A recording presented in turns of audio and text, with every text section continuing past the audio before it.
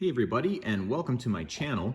Today we have something very special. This is the Microsoft Mount Olympus, Project Olympus V2 motherboard. Now, this is going to be a follow-up video to the first video I did on this where I could not get it running, which for those of you who watched that video will know that this has been a labor of love because there is no support online for this. To my knowledge, there's nobody who's had one of these running.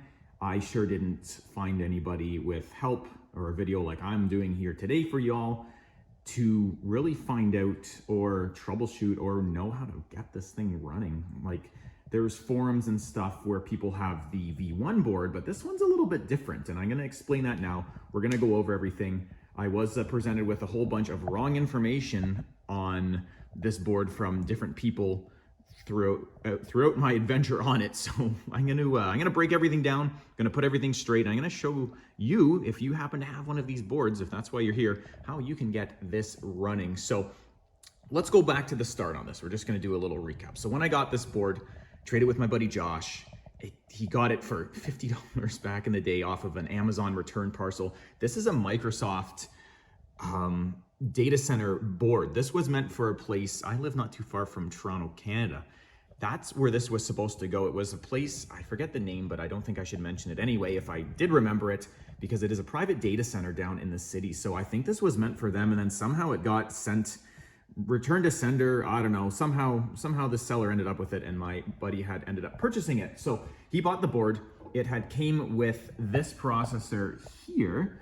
I don't need to set my down. So it came with this guy here. This is an Intel Confidential Gold. I believe this is an 18 core 1.8. It's got the little tallywhacker on the bottom there. This is a 3647 chip. So he's like, you know, I got this awesome cooler you can build.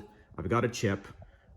See what you can do. Let's make it straight. I said, okay. So got the board home, made the power supply, made all the parts for it, made the cooler, couldn't get it going. So let's break down the different aspects of this board. So my favorite thing with this system probably is the fact that when you go to the wiki, because there is a very good wiki that will explain all of the information on this, it says Project Olympus motherboard uses a standard 24-pin connector with a standard pinout.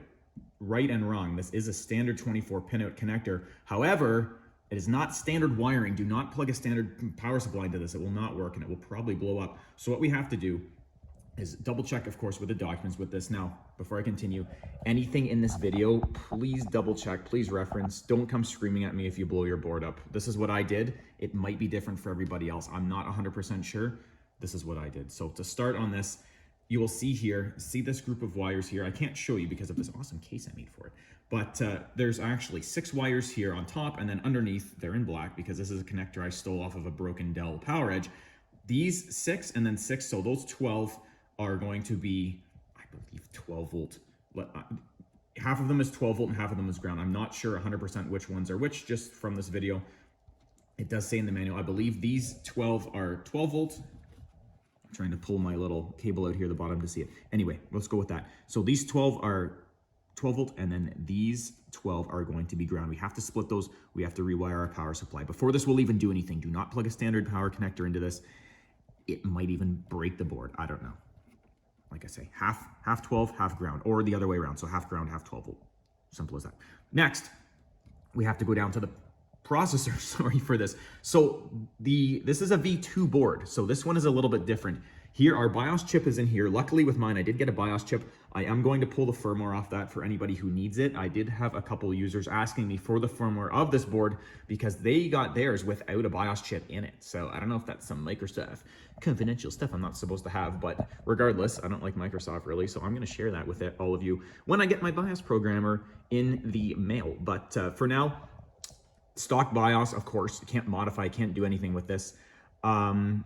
As far as the processors, I did get 2 Xeon Silver 4110s, which is funny because I started with 1 chip and I couldn't get the board going. So I thought, oh, maybe it needs a second one. So I did end up ordering 2, but I didn't end up ordering 3. So what's funny is that I actually got 1 chip. I'm pretty sure that I had it running because I'll show you guys later, but there's the post LEDs on the side here, and I was getting stuck at the 147 code, which just means something with the PCI device. So I had it running with just 1 chip, and I thought, you know what?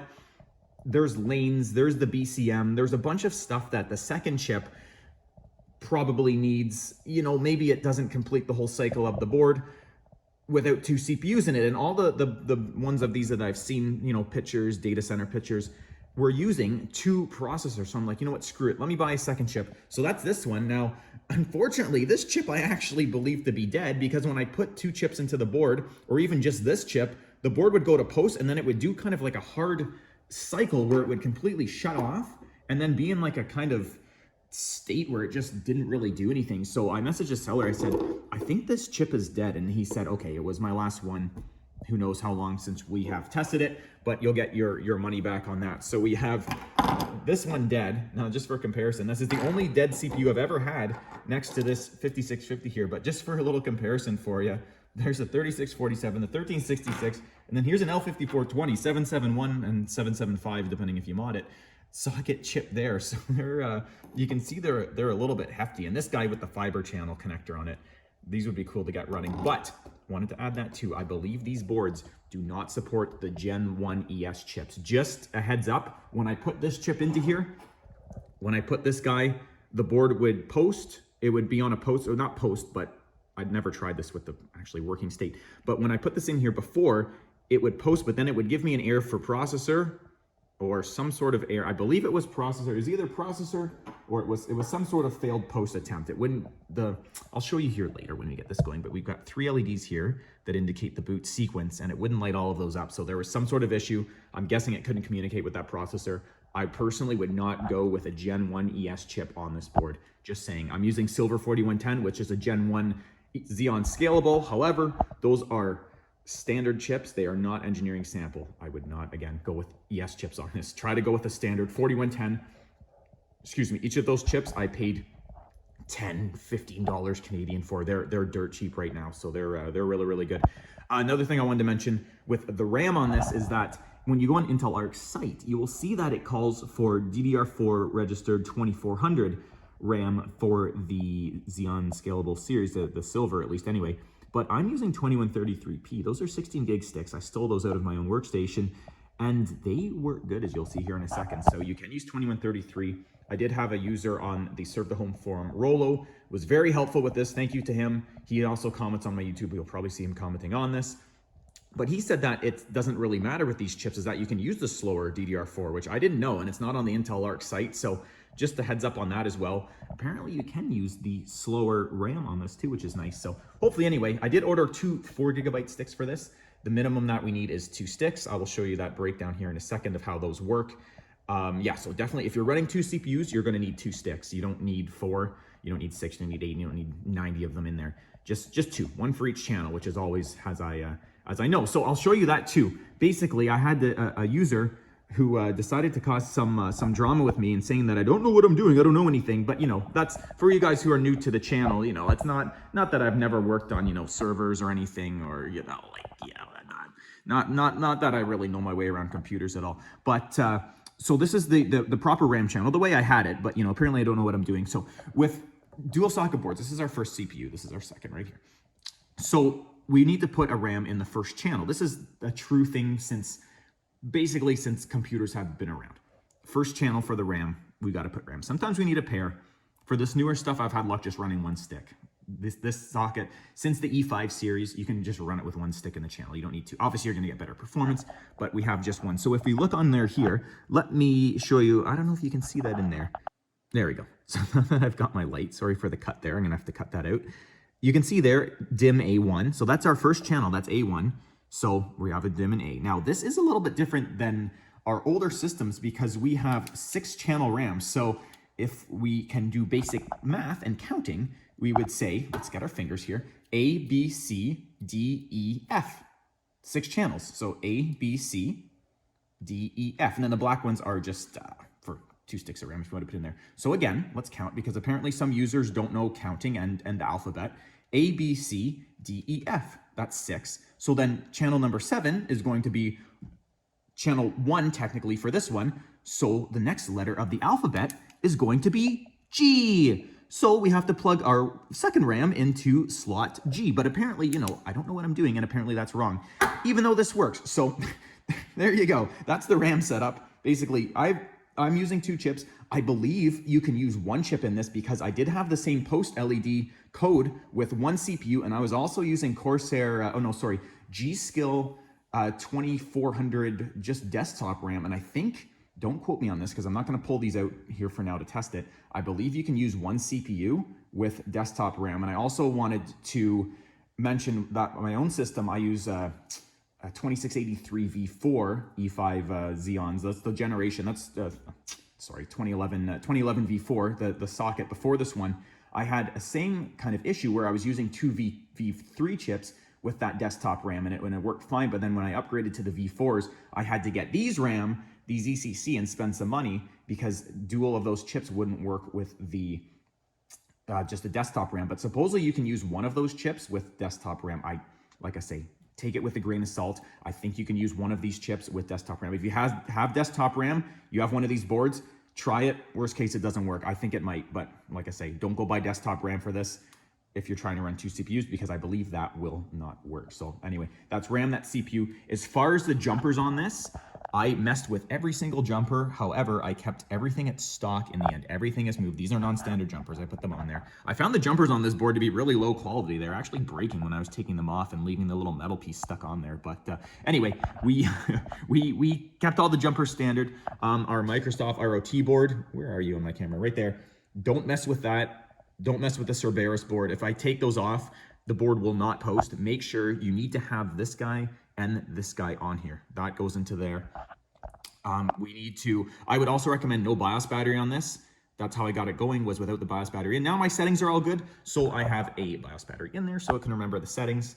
This is a mezzanine card. Some user decided that this was a video card slot for a NVIDIA P1000 card, which is completely wrong. This board doesn't need a riser. The riser doesn't do anything. There's no transistors or resistors or anything on the riser. This is a PCI Express slot. We have 2, they're hidden underneath here. There's 2 X8 slots, and then we have a 16, a 16, a 16. These 3 slots here, I'm trying to show you guys, you can see. It's kind of covered up by my video card. These 3 slots only work with the first CPU. Do not, if you dual run this with 1 chip, don't try to plug your video card into here. Won't work. You need to have just those 3 slots. To expand with 2 chips, this is true for the older E5 stuff too.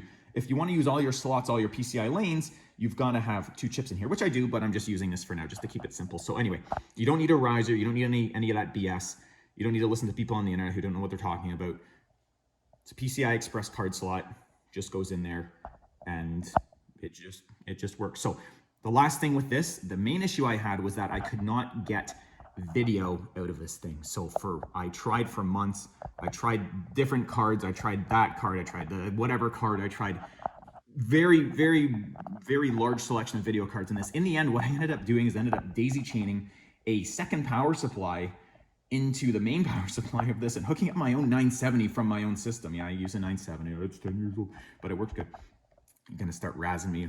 You're gonna give me the Riz over the 970 I use. Anyway, the 970 got this thing running. It ran with the 970. So which is a real kick in the teeth, is that this is a GT730. Now there are a few versions of this card. This is the later, I believe it's called, there's Kepler and then there's Fermi. I believe this is the Fermi one. This is the later version of this card. And this is also the DDR5 version. So this is a late model GT730, which I actually put it in this board. It didn't work. It was from my XPS. If you guys have been to this channel before, you'll know my XPS 720 over there with this card in it. And I put it in because it supposedly supports UEFI, but the board was like, no, I'm not gonna give you a video display. So what I did is I actually took the card out of the XPS, jammed it in another system there, my little brand spanking new 10th gen Pentium dual core system over there, flashed the BIOS with, I believe, an MSI BIOS, oops, and it worked. It was simple, just plug and play. It booted right up, and I'm like, thank you after all that. But anyway, saves me money of buying maybe a 1030. If you don't have one of these things, I would suggest getting yourself a 1030.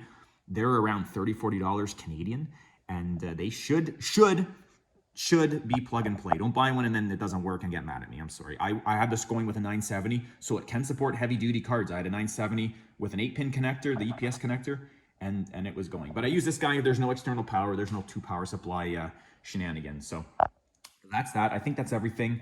Some other connectors on here. We do have, you see this setup. Don't hate me for this. I have in the mail 2 Supermicro. We're gonna go on eBay with this once I get it running and show you some good heat sinks that I found for it.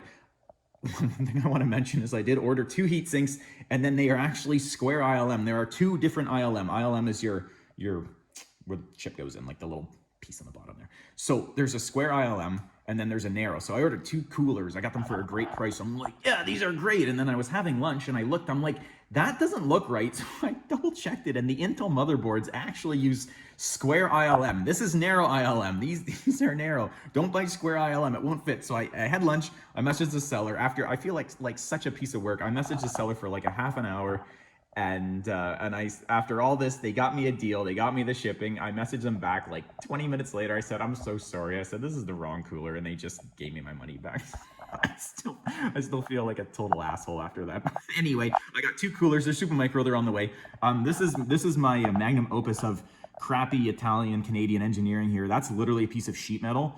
I'm a machinist by trade. Do not attempt this. I mean, you can if you want, but don't be screaming at me if it broke. That's literally a piece of sheet metal off a Dell or ProLiant rack server. Actually, you know what it is? It is my old ProLiant storage server, because I can see all the discs in it. So that's literally a piece of sheet metal bolted onto this thing. Torque the socket to spec. Yeah, well, I just put case screws, and then this has got the little fancy DOM adapter suspension on there. So that's basically a spring with a piece of rubber hose with a bolt with a nut. And this is an Xbox cooler, I think. I don't even know, but yeah, don't try this. This runs about 70 degrees. This runs about 50, but the chips throttle down because of this awful cooling solution. I don't know if it's in the BIOS, but it runs, and for now, I'm not touching it before I break something. So it works. I would definitely recommend a set of coolers. I'll show you on eBay the coolers that I bought that I think are a good buy for this, because they're very expensive. So I think that's everything to go over. I got our CPU, our RAM, our BIOS setting, or sorry, not the BIOS settings, the jumper settings, the video.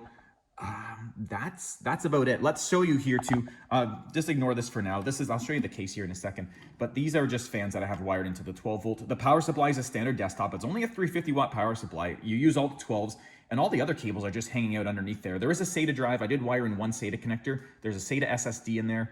There's this cable just goes around. I drill a little hole in this guy. I'll show you the case in a second. That just plugs into the SATA connector. There's lots of M2. We got 4 M2s on this board. There's 2 up there, and then there's 2 on this side here tucked in. So I probably will run an M2 and swap out that SSD on the inside for a big hard drive, you know, like a 2 terabyte or 4 terabyte or something hard drive with backup of all my goodies on it.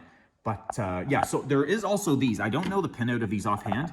Those are fan control headers on there. So the heat sinks that I bought, they didn't come with fans, but I might try to wire this in there. I believe the pinout is available for these, but like I say, I'm not using it right now. I'm just using 5 volt. Like I say, the cooling setup is less than ideal, but it'll get you going for now. These chips are only 85 watts, so they don't use a lot of power. They're very affordable. So let me show you the case here in a second too. Let's go over the different connectors on the motherboard, because like I say, I did have another user who commented on my previous video and basically told me how I'm wrong about everything. But then when they got wrong, and apparently they need to get told on 5 different forums that they're wrong and they don't know what they're talking about, but then they still insist that they're right. But let's go over a couple connectors on this board that you might think you need. So again, all we need is this power. Like I say, 12 volt and 12 ground. That's all you need. Simple. These are not power in. Do not plug power into these. It says right here, SATA 2.3 power. These are output power connectors for SATA. If you have this in a rack system, there's a connector you can buy. It plugs into here. This gives you SATA power out. Now, you might think, oh, look, you need to plug those. I know, I've had old 771 boards. They take like 10 different power connectors. They take the 4 pins with 2 12s and 2 grounds. This isn't that. Same with these. You might think that's the first thing you're going to look at when you see this board. What needs a plug-in? That for your power ATX, which it's not. These for the 4s, because this is a monster of a board. And then your 2 8-pin connectors for your CPU. Wrong. I'm like Donald Trump. Wrong. These are SATA 4 to 7 power, and those are SATA 8 to 11 power. These are power output for your SATAs. It says right on the freaking board. I don't know. You need to get it stamped on your head, but do not plug power into those. Again, the board works fine without it. Those are those connectors. These are, again, I had users say, oh, the power phase, the power phase. You can use a server power supply on this, but you don't need to, because I'm just using an old Ultra piece of junk that's in here. These are connectors for the power supply that will give you information, so we don't get this power phase light that comes on here. You see there, PSU1 and PSU2, those lights come on. They show amber to show that it's not redundant, I believe. But then they, you know, you would think that they're supposed to be green, but they, like I say, that's not in the manual. If you own the manual, it will say amber to show that phase has failed. So That doesn't mean that it's not working. It just means that it's not redundant and you don't have it. Most systems that I have, even ones with multiple power supplies, if you don't plug a second power supply in, the thing will blink. It'll freak out. You'll get these lights lighting up here. It just shows you that there's something up with the power supply, mainly because it's a 350 watt Ultra from like 1995. So not that old, but these are fine. If this lights up, that's good. I mean, you got power. These are our pulse LEDs here. We have a few different connectors here. This is for the Cerberus stuff. There is like a little daughter board that plugs into here. This isn't a video connector. This isn't a video connector. This is an Oculink. This is a proprietary thing. Again, people telling me, oh, that's a video card connector. No, it's not. That's Oculink. That is a proprietary thing. It goes on a daughter board. It plugs into the PCI Express, not standard PCI. We haven't had PCI since like, you know, the old times, my friend. But again, apparently I don't know what I'm working with and don't know what I'm talking about. So again, things like this XDP, it doesn't matter. This, don't try to plug a freaking video card into that. That's for a mezzanine card. That's for, I believe, more Ethernet cards.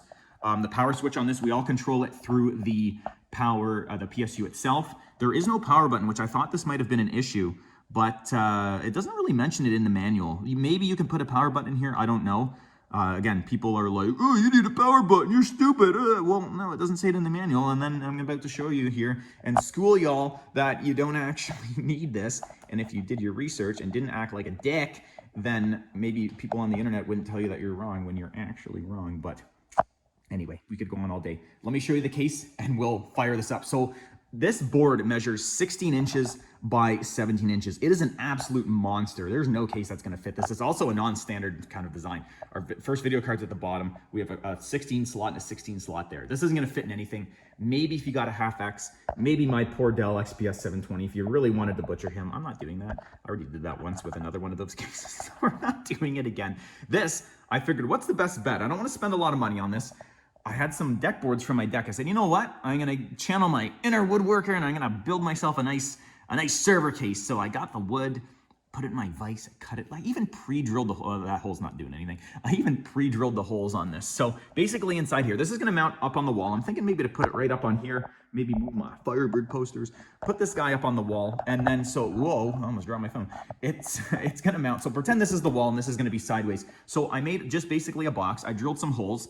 These were going to be for fan connectors. We can fit a fan connector through here. There's just a hole that goes onto the inside.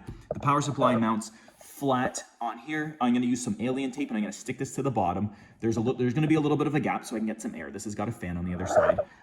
For a fan, if I need it, because my new heat sinks don't have fans, I might try to connect them to the fan header, or I might just run them off 5 volt or 12. Probably just run them into there. But I kept a couple holes just for some running, some stuff. We just used a 3/4 inch bit. Wood bit, bored that out, give it a little sand just to make it look fancier. This is 2 holes put together. Again, that's for our power supply connector to go in here. And then there's also a little hole on this side for our SATA connector, and I use a nice Asus flat cable to there with the white. I find it matches, makes it look nice. And that's really about it. I did cut out a little notch. Where's the little notch? Over here there's an IC or something. Let me try to show you that IC underneath here. Probably can't, I guess. Sorry, I got to turn this sideways. You can't see it. There's an IC actually right by these SATA power out ports that I did cut a notch just for clearance, but it actually didn't need that anyway. So what I did with this to mount the board is that I actually just took a second standoff. I drilled a hole in there, or on all these. We have 1, 2, 3, 4, 5, 6, 7. Screw holes on here. This is hollow underneath. This is just a wood box. So I just drilled a hole in there. Those standoff measured, I believe, 5.2 millimeter. No, sorry. Yeah, 5. I don't even remember what they measured. Anyway, I drilled a hole a little smaller, pounded those standoffs in there, and then screwed a second standoff over top, and then just mounted the board right to it. And I'm not gonna tug on it here, but it's sturdy. It's not going anywhere. So that should hold it when it goes up on the wall. I'm gonna hope so.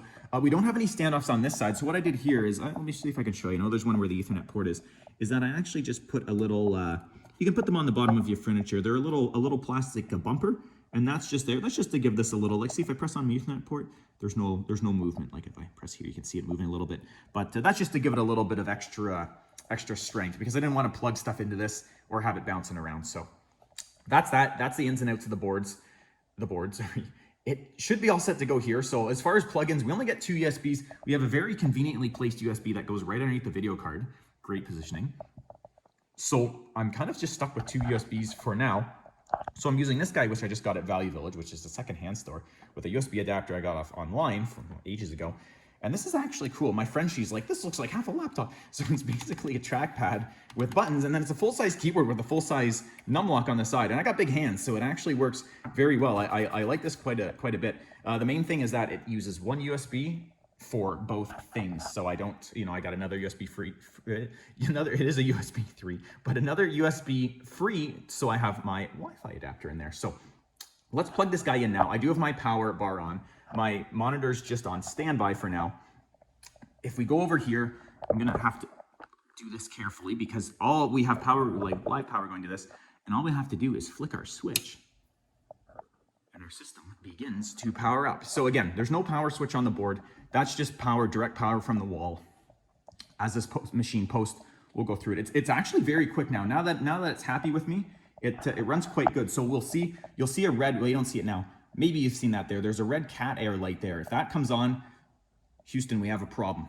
You don't want to see that light. When I had that dead CPU in there, that guy right there, the dead one, that was throwing the red light. Not good. If you see that red air, retrace your steps. So anyway, we have our 3 post lights. These are the most important here. Not the one that's blinking. You'll see the 3 post. Let me try to zoom in here. You'll see our 3 post lights. So that first one is just kind of like, what's up? That one just says kind of hi, I'm running. We'll see that was another and second combined. We'll see the second light underneath there, which hasn't come on yet. That's going to be our 12 volt power light. That indicates that we got CPU, the 12 volts going to our processors and stuff. And then, yeah, see the light just blink over. There's our second. And then that third light underneath there, which is kind of going on and off. There he goes. That's going to be our boot ready light, which is the yay light. So then we'll go through our postcodes here. You can see we got the Knight Rider lights going on there. That's completing post. Let me move you guys. You know what? We're going to do this in one take. And I'm going to show you this. Let's see if I can zoom in. Perfect. And I'm going to show you right as this posts, because when I did this with my 970 and it posted, I was going to say just about screamed, but I did. I screamed and wept tears of pure joy. But no, I was quite happy to get this going, but it works good. It does take a minute to post or so. Not super long. I would think it would be longer, but it actually doesn't. You'll see here now. It should be up in just a second for us. It's going again. Like I say, you got to give it a minute. It goes through all our lights, and it'll pop up here quick. So the setup for this guy, if everything goes to plan and you got one of these, you should be greeted with a Microsoft post screen, which is actually really cool looking. Now, I did find it says press F2 or delete to go into setup. However, I found, here it goes here. I found that you need to kind of press, I'm too slow to go into the BIOS. So I find you got to really hammer F2. You see how I just missed it there? You got to really press F2 and delete at the same time and really quick to get it to go into the BIOS setup. But anyway, here it's loading. I got Windows 11 on it for now. We're going to do this in one take. We're going to just put this right on here. Again, running, whoa, look how off that is. We're going to put this on here. And do I need to zoom in a little bit? Let's see if I can move this a little bit better for you guys. I love this screen. Again, this I got, if you guys know what Value Village is, I love Value Village. I got this screen for like $15. It works great. It's got DisplayPort. It's got HDMI.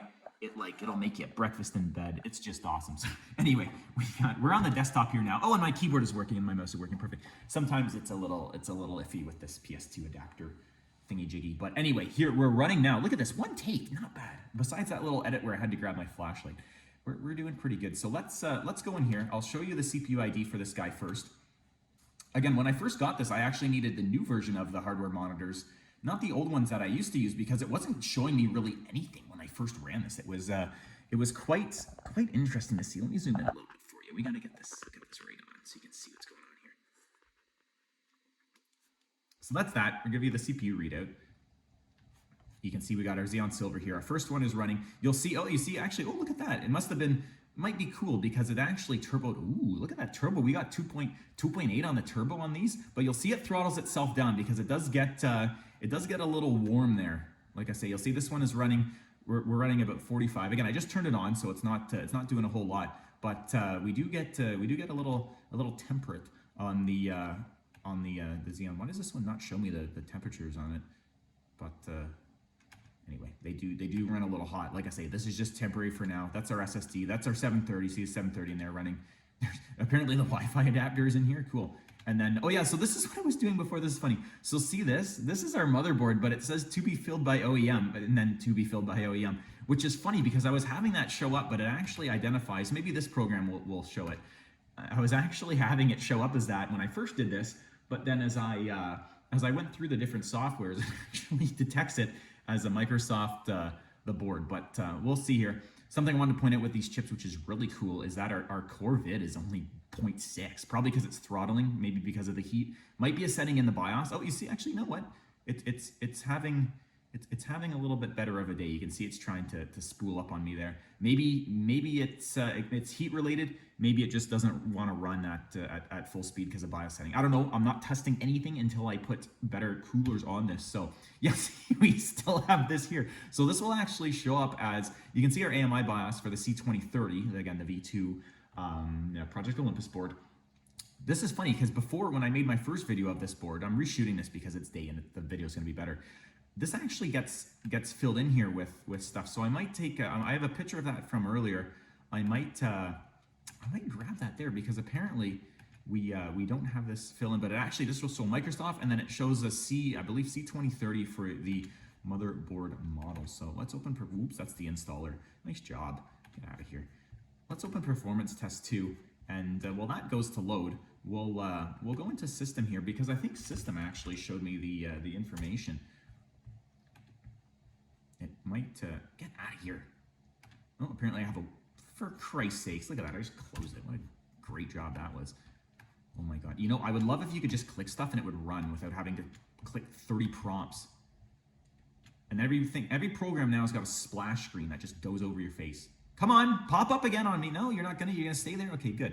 So again, we have our info here. So see, look at this. This is what usually shows in those prompts that it was showing to be filled by OEM. So we have system manufacturers, actually Microsoft, and then our model for this guy is C2030C, which is a little bit different. We have our SKU, we have our two things, we have our BIOS version. Again, I'm gonna try to rip this BIOS when my programmer shows up in the mail, if it does. I've been waiting like a month and a half for it, thank you. But hopefully, yeah, you see baseboard manufactured to be filled by OEM. It's funny, you can actually set this. I'll show you guys the BIOS too, and you can actually change the BIOS on this. It's pretty it's pretty cool. But we got our 32 gigs of RAM, and that's really about it. What you do, yeah, I know.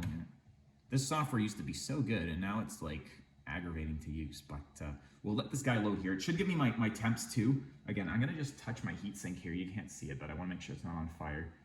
You know, 85 watt chip. The IC of these is so massive that it actually is kind of like a built-in cooler. Don't quote me on that, but it stays pretty cool with next to nothing on it. But we'll let this guy load here.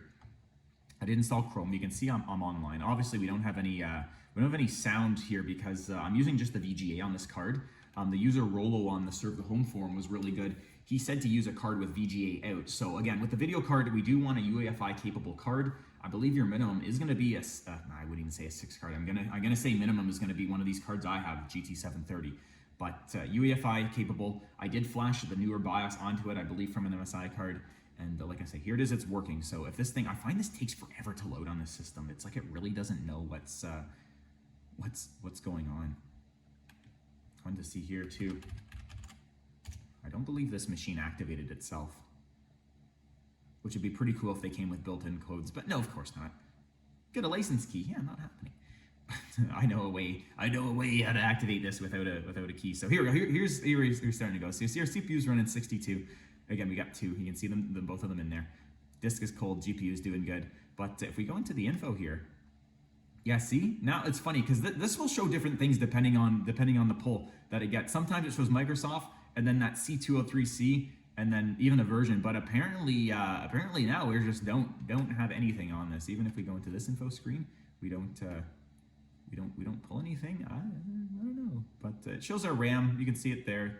It's running the disk again. The GT730. Woo.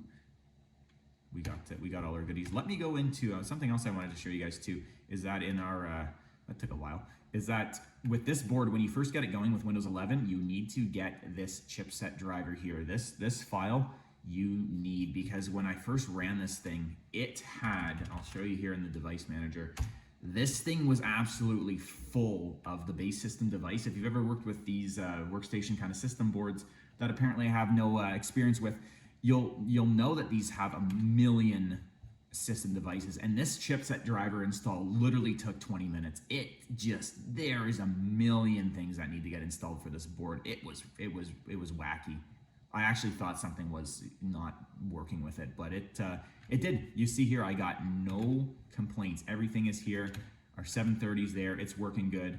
We got, oops, not that thing. Oh, I guess, oh, look at that, TPM 2.0. Oh, I guess I could run Windows 11. But we got all our Xeons in there, everything on this, and it works good. Like you can see now, it throttles the chips down, unless that's an idle setting. I don't know. I'm gonna show you here. Let's go over to my eBay. I might have to do a little bit of cutting on this video because I don't want to give out any personal info here. Perfect. Okay, so here we go, jumps right to the different coolers that I got. So let's go to purchase. I'm going to show you what I bought and what not to buy for this thing, because like I say, I did order. Okay, so here's the one that was canceled. You see, for this guy, doesn't show you what I spent, but we're going to let's take a look at this first. This is the wrong cooler. Do not buy these for this board. This is a very good price. Props to the seller, because it's a very, very good price. I bought 2 of these. It was only about $100 Canadian shipped. There was a deal too if you buy 2 of them. However, look at this. This is square ILM. We don't want this. It's not going to work. See, you bought this item. No, don't buy this for the Project Olympus. This is square ILM, not narrow. Doesn't work. Don't be like me and almost crap your pants because you buy the wrong one. These, however, are a very good price. These are the Supermicro SNK, whatever you want to call these. When I bought these, I actually didn't realize this, but they're actually 2 different ones that the seller's selling. Excuse me, again, very good price, US dollars, but these are good. These were about, excuse me, just over $60 Canadian to me. They're on their way. What I just noticed is that one is actually the PSC model, which has kind of a cutout on the side here for, I guess, maybe with the Supermicro system. I can't really see it in the picture, but these got the clips. These are everything. These 2 of these for $23 American. These were a very good price, and they're nice. They're the right ILM and everything. They even got the bracket on them. But these are a good heatsink. And again, they don't have fan, but like I say, that won't be any issue.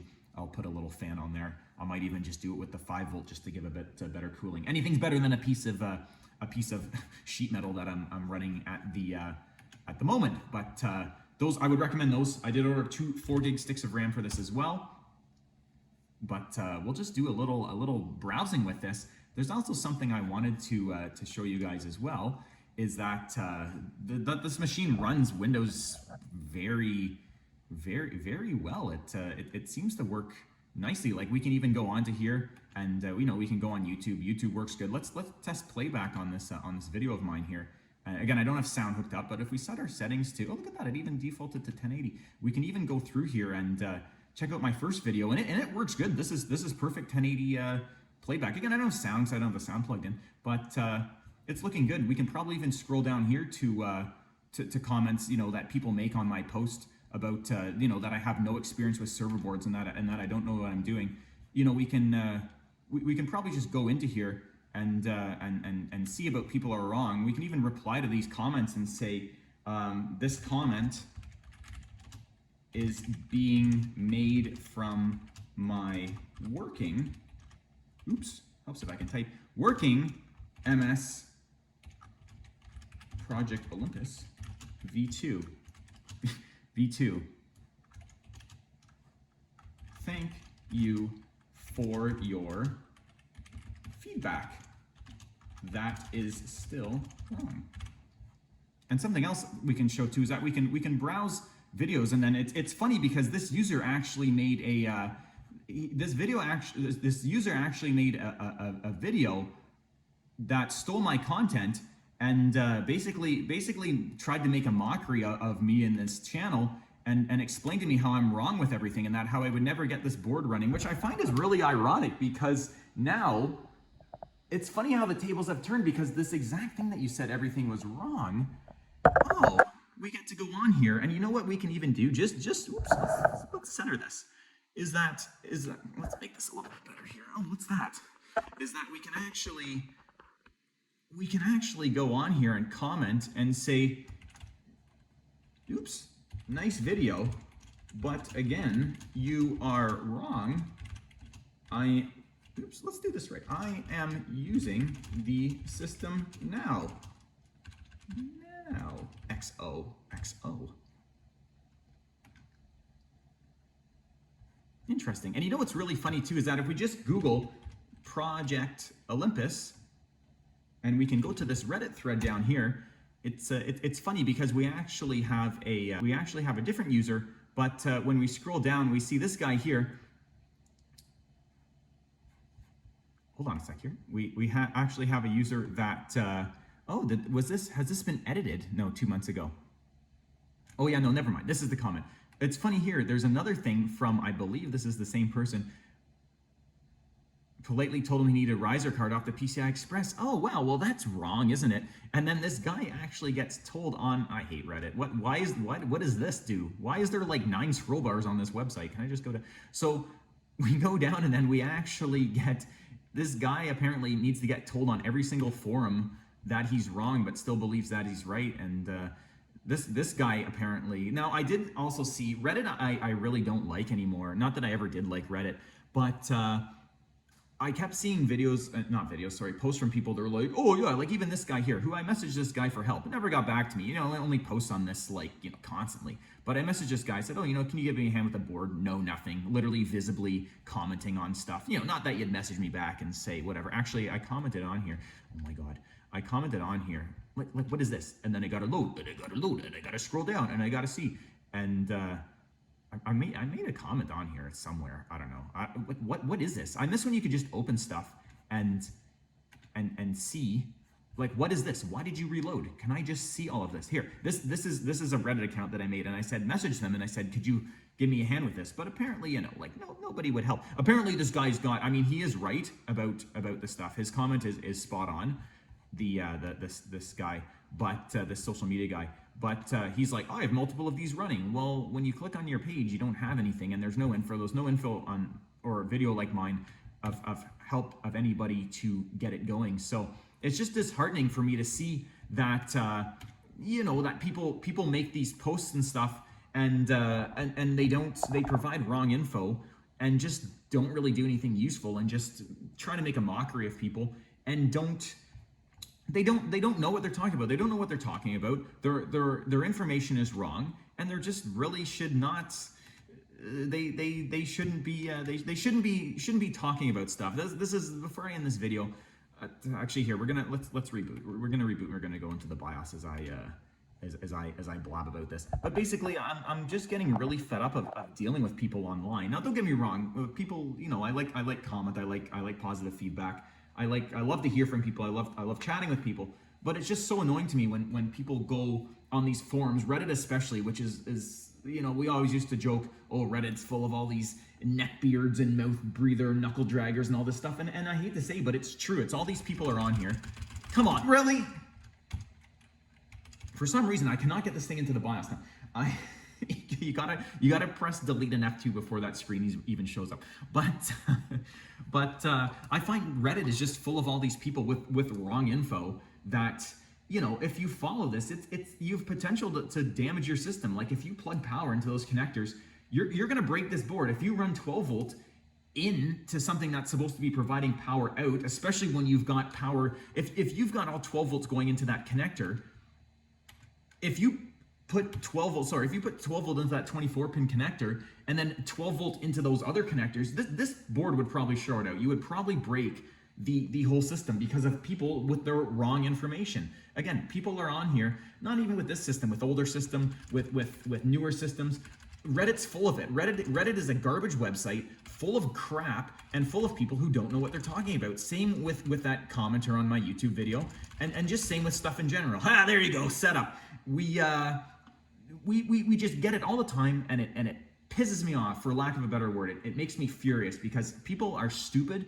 They don't know what they're talking about, and then they try to put their bullshit opinion and advice onto people like me who know what they're talking about. Sorry, not to brag and toot my own horn. I like to think I know my way around computer. Not that I've been building computers for 10 years plus and all sorts. Not that I sit here and make consumer grade shit, sorry, and just build that crap. Anyway, that's my rant.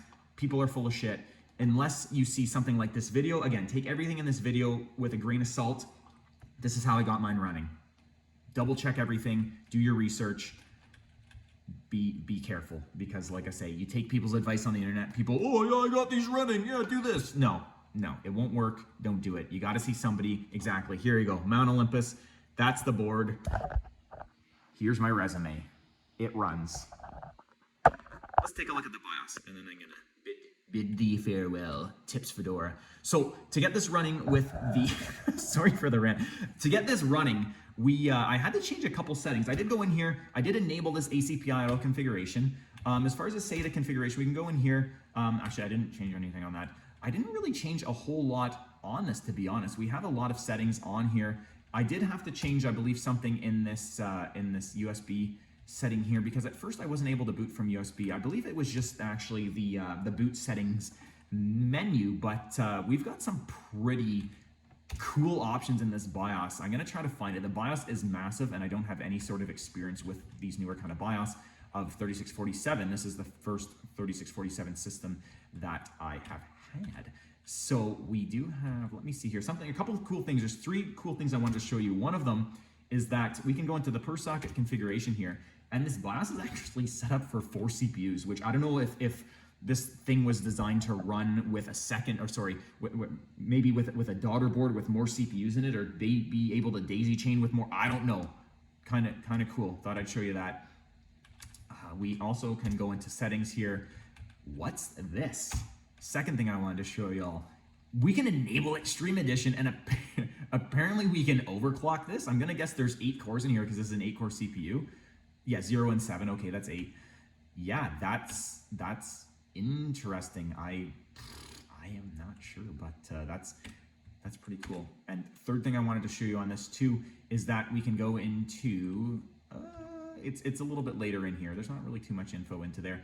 Is that this here, we can actually go into this and we can actually change what BIOS we want, which I find is really cool. But I just keep it on this no change Azure computer. Again, this is a Microsoft system, so I'm just gonna leave it. I don't wanna mess anything up. But I did go into here. I did change this setting to USB first. I wasn't able to get this to boot with the boot menu, so I had to set USB device first to install the Windows 11. And I did also, well, I did install it, but I did set the hard drive to second. We can see that in the SATA devices. It will show our SSD in here. You'll see it there, RMFD, blah, blah, blah, blah, blah, Micron 256 gig in there. And I do have the Windows Boot Manager, so everything did install with Windows properly. So you'll see we got our boot overrides, both of them in there. But yeah, just a couple quick settings for that. Basically just the boot order, check your USB and check your ACPI auto config. And this was off to the races. So, but anyway, I've been blabbing for almost an hour. To those of you who watched this video, thanks for tuning in. I hope this helped somebody. Like I say, I believe I'm the only person with one of these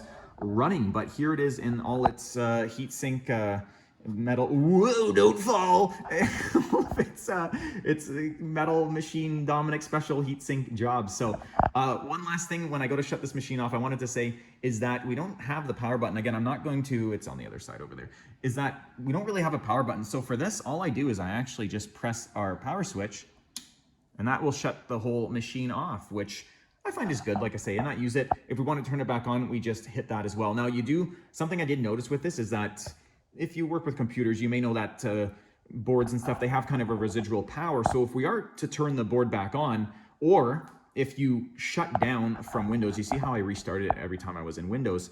When I was doing that, I noticed that the board would shut down, the fans would stop, but it would be in kind of like a state of kind of like an idle state, but there's no way to turn it back on because we don't have a power button. And like I say, I'm not going to try to short that with a screwdriver or solder a button on there. I don't trust myself to do it, and I don't want to break anything. So if you do shut this down from Windows, I guess you could do that and then just hit the power switch. I'm not 100% sure. With mine, I like to reset. I like to have it idling in the BIOS and then shut it down, just to be sure.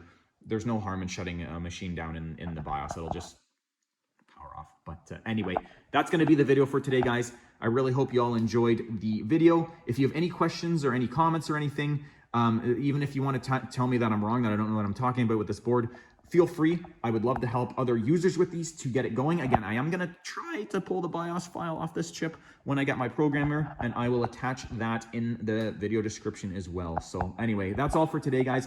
Really hope you liked the video. All the best, and we will hopefully see you soon. Bye for now.